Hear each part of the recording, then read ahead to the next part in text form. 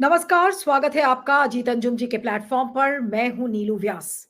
आज आप देख रहे हैं कि आपके स्क्रीन पर जो ये तस्वीरें चल रही हैं वो भारत के एक कोने से आ रही है, लेकिन वो कोना मीडिया चैनलों से, जो बड़े बड़े गोदी मीडिया के जो चैनल्स हैं, उन चैनलों पर ये तस्वीरें गायब हैं। आप देख सकते हैं कि ये लेह और लद्दाख का इलाका है जहां पर -8 डिग्री में हजारों की संख्या में महिला, पुरुष, नौजवान, यहां तक कि बच्चे भी इस विरोध प्रदर्शन में आपको नजर आ रहे हैं। लेकिन ये तस्वीरें सारे में बड़े चैनल से गायब हैं। इन सारे लोगों की डिमांड है कि लेह और लद्दाख को पूर्ण राज्य का दर्जा दिया जाए। इसके अलावा लेह और कारगिल को अलग अलग संसदीय क्षेत्र में घोषित किया जाए, क्योंकि लेह और लद्दाख में बहुत सारी जनजातियां रहती हैं। तो इसलिए इन सारे लोगों की ये डिमांड है कि जो संविधान की 6ठी अनुसूची है उसको भी लागू किया जाए। अब ये सारी बातें बीजेपी ने अपने मैनिफेस्टो में कही थी, प्रॉमिस किया था कि ये होगा, लेकिन ऐसा नहीं हुआ। तो आप देख सकते हैं कि पहले तो मणिपुर था, मणिपुर बिल्कुल मीडिया चैनलों से गायब हो गया था, और अब मणिपुर के बाद जिस जिस कोने में भारत के इतना सारा कोलाहल, इतना शोर मच रहा है, वो कोना भारत का आज मीडिया चैनलों से गायब है। इतनी अहम डिमांड को लेकर जहां पर बीजेपी की वादा खिलाफी है, मीडिया चैनलों का बिल्कुल सुन्न हो जाना, एक तरीके से यहाँ पर लोगों की बात को सुनना नहीं, ये आज क्या दर्शाता है कि सरकार किसी भी तरीके के विरोध को सहने में बिल्कुल असफल है। और आपने देखा होगा कि 2019 में ही 5 अगस्त को जब अनुच्छेद 370 और 35A हटाया गया था, तो फिर क्या किया गया था? 2 केंद्र शासित राज्य बनाए गए थे, एक लेह और लद्दाख था और दूसरा जम्मू कश्मीर था। जम्मू कश्मीर में तो विधानसभा है, लेकिन लेह और लद्दाख में विधानसभा नहीं है। तो हुआ क्या? 2019 के बाद कुछ दिन तो ये विरोध के सुर बिल्कुल शांत थे, लेकिन धीरे धीरे करके वहां के जनता को ये समझ में आया कि जो वहां के नौकरशाह है वो उनको बहुत बुरी तरह से परेशान कर रहे हैं, और उनकी जो कोई भी डिमांड्स है उनको मीटअप नहीं किया जा रहा है। और आज उसी अनुच्छेद 370 की ये देन है कि आज लेह और लद्दाख में इतनी नाराजगी, इतना विरोध, और आप देख सकते हैं कि लाइनें, कतार लग रही है इस समय, लोगों की लंबी कतार। ये नहीं कि छोटा मोटा ये विरोध प्रदर्शन हो, दूर दूर तक ये 8 डिग्री, -8 डिग्री टेम्परेचर में अगर इस भारी संख्या में भीड़ अगर उमड़ रही है, तो आप अंदाजा लगा सकते हैं कि इस स्थिति को लेकर वहां की जो जनता है वो कितनी संवेदनशील है। उसको लगता है कि उसके हक, उसके राइट्स कोई नहीं मांगे गए हैं। अब ये एक बड़ा राजनीतिक मुद्दा भी बन रहा है। इसको लेकर कांग्रेस ने ट्वीट किया है। कांग्रेस के जो नेता हैं बीवी श्रीनिवास, उन्होंने लिखा है कि मोदी जी, लद्दाख के चौराहे पर स्थानीय लोग अपने मन की बात सुनाने आपका इंतजार कर रहे हैं। कब जाएंगे, कब सुनेंगे? आपको ध्यान होगा मोदी जी ने मणिपुर की बात भी नहीं सुनी, और उसी तरीके से अब लेह और लद्दाख को भी ये बीजेपी की सरकार और मोदी सरकार नजरअंदाज कर रहे हैं।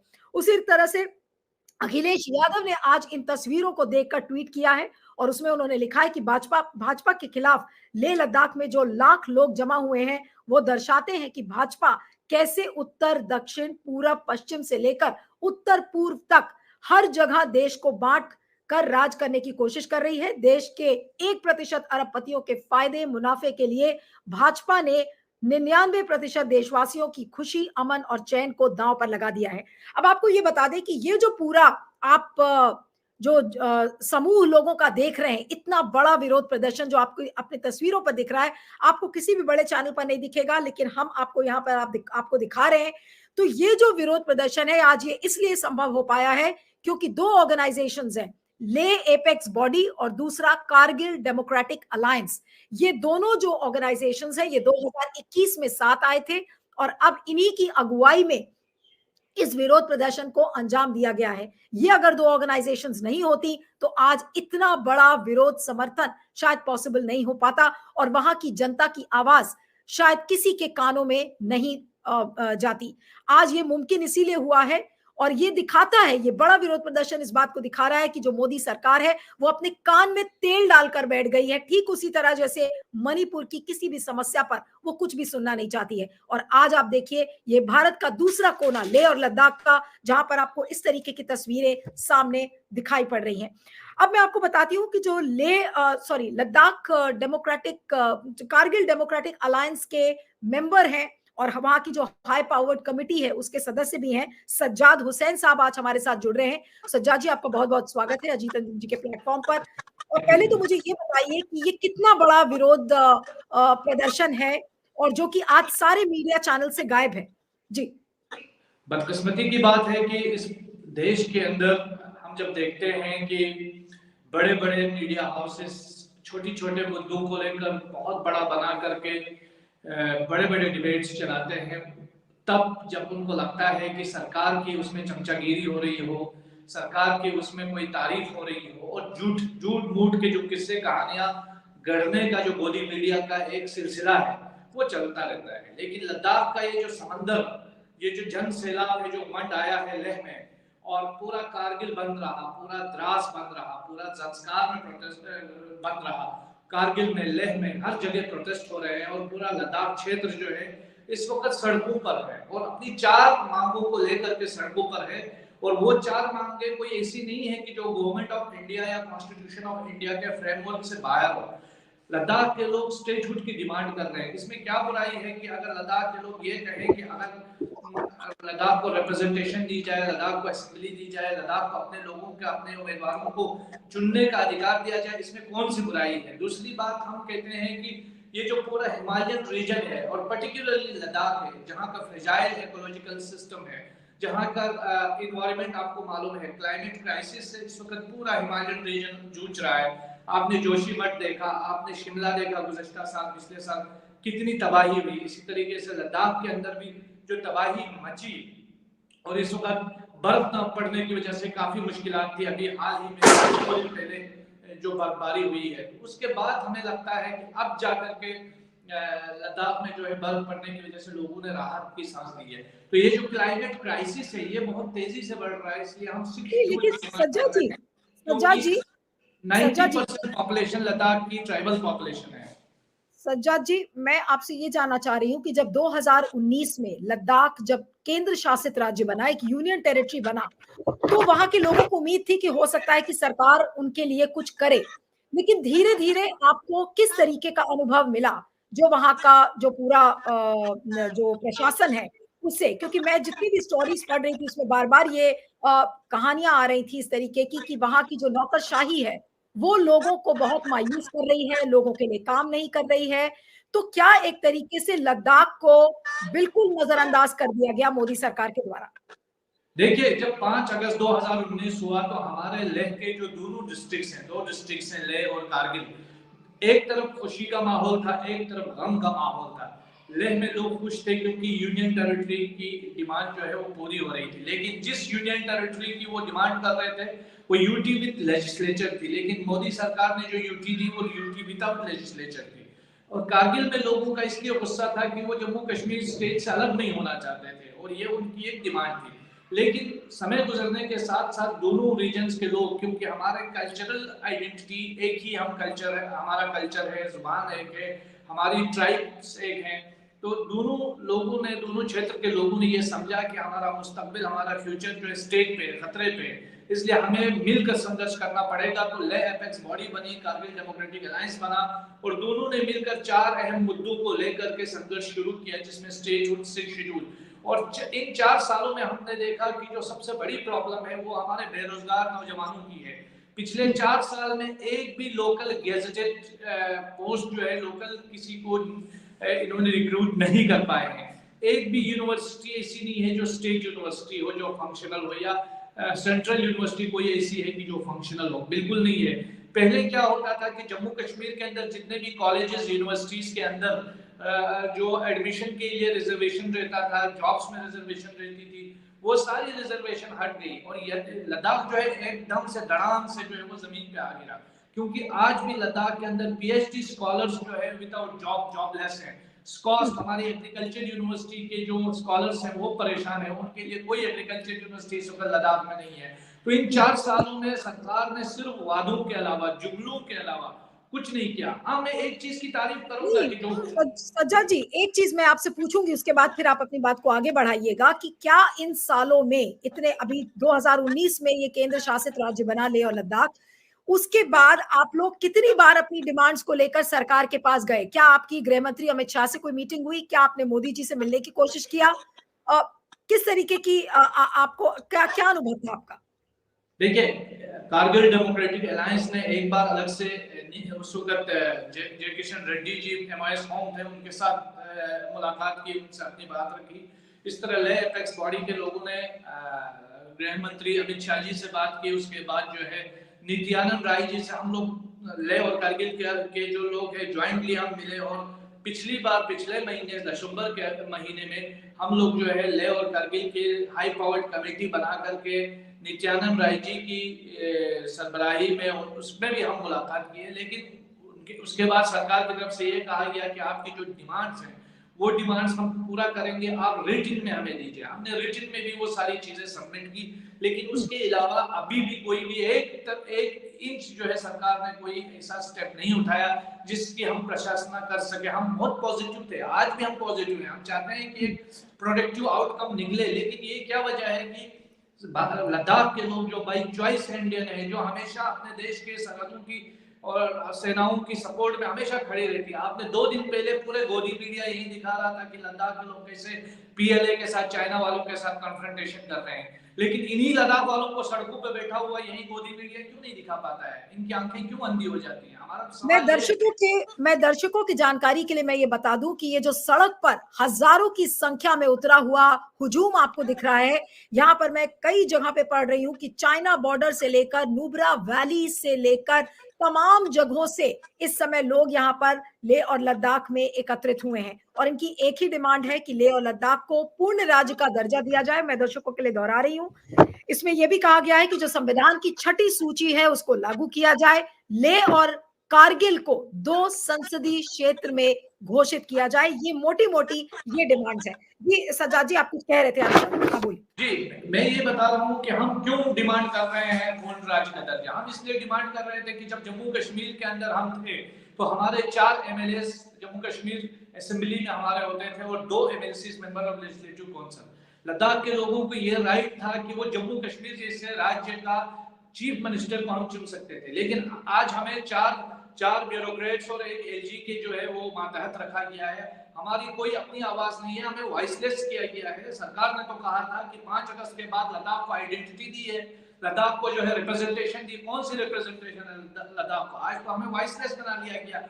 जैसे हालात हमारे जम्मू कश्मीर में थे उससे बदतर हालात आज हैं। इससे बेहतर तो हम जम्मू कश्मीर स्टेट के अंदर थे, कम से कम हमारी आवाज थी। हमें हमारे लोगों को एक चीफ मिनिस्टर को चुनने का अधिकार था। हमारे पास 35-370 था, जिसके तहत हमारी लैंड को, हमारे जॉब को, हमारे कल्चर का सेफगार्ड हमें होता था। लेकिन आज हमें दलदल में धकेला है इस सरकार ने। और मैं ये बताना यानी कि आप ये कह रहे हैं सज्जाद जी, यानी कि आप ये कह रहे हैं कि अनुच्छेद 370 और 35A को हटाने के बाद लेह की और बुरी हालत और दुर्दशा हो चुकी है।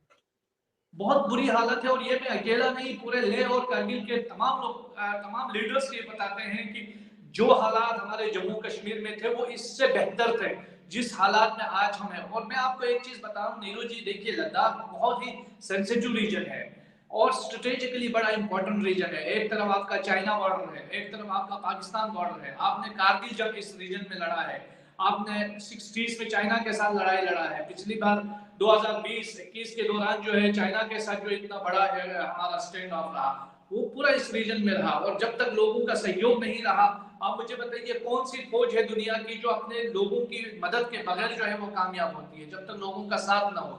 आज लद्दाख के लोग जो है फ्रंट लाइन सोल्जर्स हैं और वो सोल्जर्स विदाउट यूनिफॉर्म है। लेकिन जब सरकार को जब लद्दाख के लोगों की बात है, 47 से लेकर आज तक लद्दाख के लोगों ने हमेशा देश के साथ हर मुश्किल घड़ी में खड़े होकर साबित किया है कि वो अपने कितने देश के लिए दिफा करने वाले लोग हैं। लेकिन जब देश में मौजूद कोई सरकार है उसको कुछ देने की बारी आती है तो वो कंजूसी का मुजाहिरा क्यों करती है? ये हमारा सवाल है, ये हमारा प्रश्न है।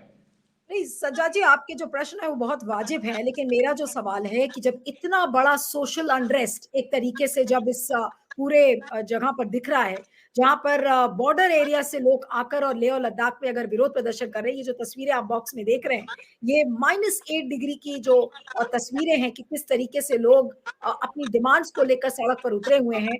अ, जो आपने कहा कि ये एक बॉर्डर एरिया है, चाइना और बाकी जो देश हैं उनके बॉर्डर एरिया सटे हुए हैं। ये जो सरकार है, मोदी सरकार, ये राष्ट्रीय सुरक्षा की बहुत बातें करती है, लेकिन आज अगर इस तरीके का एक राष्ट्रीय सुरक्षा से भी क्या आपको लगता नहीं है कि एक खिलवाड़ हो रहा है? अगर आज इन लोगों में अगर एक मायूसी है, एक डिसअपॉइंटमेंट है। सज्जाद जी, आप हमारे साथ जुड़े हुए हैं? कोशिश करेंगे कि सज्जाद जी हमारे साथ वापस जुड़े, लेकिन मैं आपको ये बता दूं कि ये जो तस्वीरें आप देख रहे हैं, आज सबसे जो मायूस करती है जो चीजें, कि ये है कि मेन स्ट्रीम मीडिया, जो गोदी मीडिया है, वो आज इस पर बिल्कुल शांत है। उसके लिए ये खबर है ही नहीं कि लद्दाख में इतने बड़े विरोध के सुर नजर आ रहे हैं। और लगातार जो तस्वीरें आ रही हैं, इस पर लोग ट्वीट भी कर रहे हैं। और सज्जाद जी हमारे पास वापस जुड़ गए हैं। सज्जाद जी, मैं ये पूछना चाह रही थी कि इतना बड़ा सोशल अनरेस्ट जब दिख रहा है लेह और लद्दाख में, तो क्या ये राष्ट्रीय सुरक्षा से खिलवाड़ नहीं है? सरकार उसको सीरियसली नहीं ले रही है? अगर इतना बड़ा एक सोशल अनरेस्ट है, तो क्या चाइना इसका फायदा नहीं उठा सकता, या पाकिस्तान इसका फायदा नहीं उठा सकता? जी सज्जाद जी।